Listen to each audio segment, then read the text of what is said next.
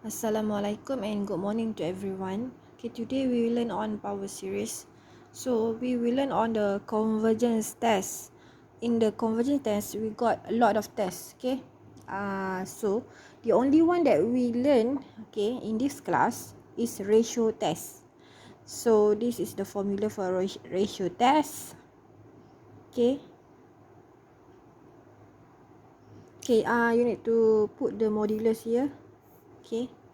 And then okay, the condition the condition for ratio test is, okay, if rho, okay, no, if p is less than 1, then the series is converges. If p more than 1 or p is positive infinity, then the series diverges. Okay, but if p equals to 1, okay, ni kurang, this one is more, but this one is when p equals to 1, so this series may converge or diverge. So you need to use another test. So in this class, okay, if the series you got p equals to 1, then just write this one, the series may converge or diverge. So another test need to be performed. Okay, yang ni je lah kalian tulis. Okay, you don't need to do another test because I didn't teach you.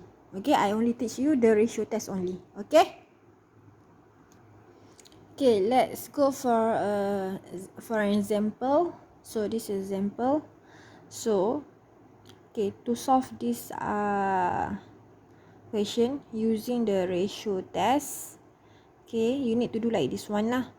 Okay, this one, okay, untuk sekejap okay, the upper one is UK plus 1.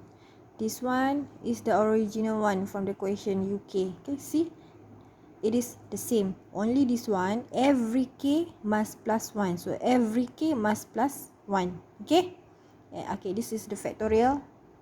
Okay, then after you do like this one, this is not the simplest equation, so you need to make it in the simplest equation. So what you need to do, you need to solve this fraction. Okay, this fraction, so this is at the denominator, so denominator dia adalah 1 over k factorial.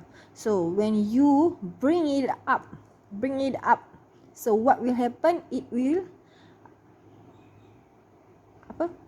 dia akan vice versa lah kedudukan dia. Okay, terbalik. Okay, dia akan jadi, kalau before, okay, at the original one, k at the bottom. So when it go up, k ni akan jadi dekat atas. K will be at the numerator and then 1 will be at the denominator. Memang macam tu lah. Okay, then you can solve it lah. So satu dengan satu ni tak ada masalah lah kan, tak payah tulis pun tak apalah. So yang tinggal k over k plus 1. Okay, what is k? Okay, kalau what is k factorial? So k factorial adalah k lah. Okay, kalau k plus 1, okay, it means that the biggest is k plus 1. The biggest is k plus 1. Okay, and then the smaller than k plus 1 is k. Okay, smaller than k ada tak? Smaller than k tak ada. Sebab tu kat sini k factorial dia, sebab the biggest number for k is k. The biggest, the smallest for k is k. Sebab tu ada satu je, sebab tu dia jadi k kat sini. Okay, sebab tu sini only k. Tapi kalau k plus 1, the biggest is k plus 1. Okay, and then smaller than k plus 1 is k. Ada tak smaller than k lagi? Tak ada. So takat ni je lah. Sebab tu k plus 1 times k. Macam ni lah saya buat. Okay, k times k plus 1. Okay, ni bracket kan. So ini mesti kita tahu darab. Okay. So kita boleh settle. Okay, samalah macam, okay, let's say kalau 2 factorial over 3 factorial. Okay. So 2 factorial. What is 2 factorial? 2 factorial is 2. Paling the biggest number is 2 lah. Okay, smaller than 2 is 1. Okay, dah lah. Sorry. Takat ni je lah. over 3. Okay, 3 factorial.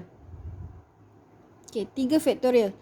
3, so sini 2 kan. So nombor paling besar is 2 lah. So this one at the denominator 3. Nombor the biggest number for this factorial is 3 lah. Smaller than 3 is 2. Smaller than 2 is 1. Okay. So dia jadi macam tu lah. 2/6. Kan? Samalah macam ni. K ni, yang K plus 1 ni. Okay.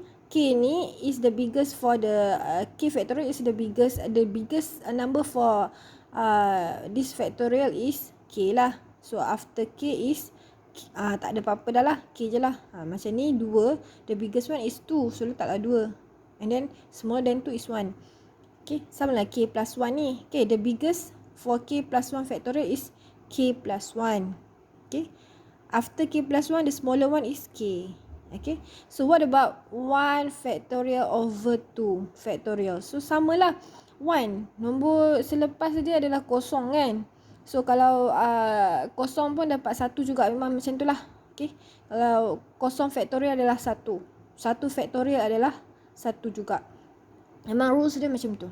So 1. Okay, kita anggap nombor paling besar adalah 1 kat sini lah kan. 1 memang 1 lah paling besar sekali. Sebab dia nombor dekat sini pun 1 factorial. So 1 lah. Okay. Lepas tu dah tak ada dah. Okay. So 2. The biggest one 2 factorial is 2 lah. After that the smaller one is 1. After that no. Kan. Macam tu lah.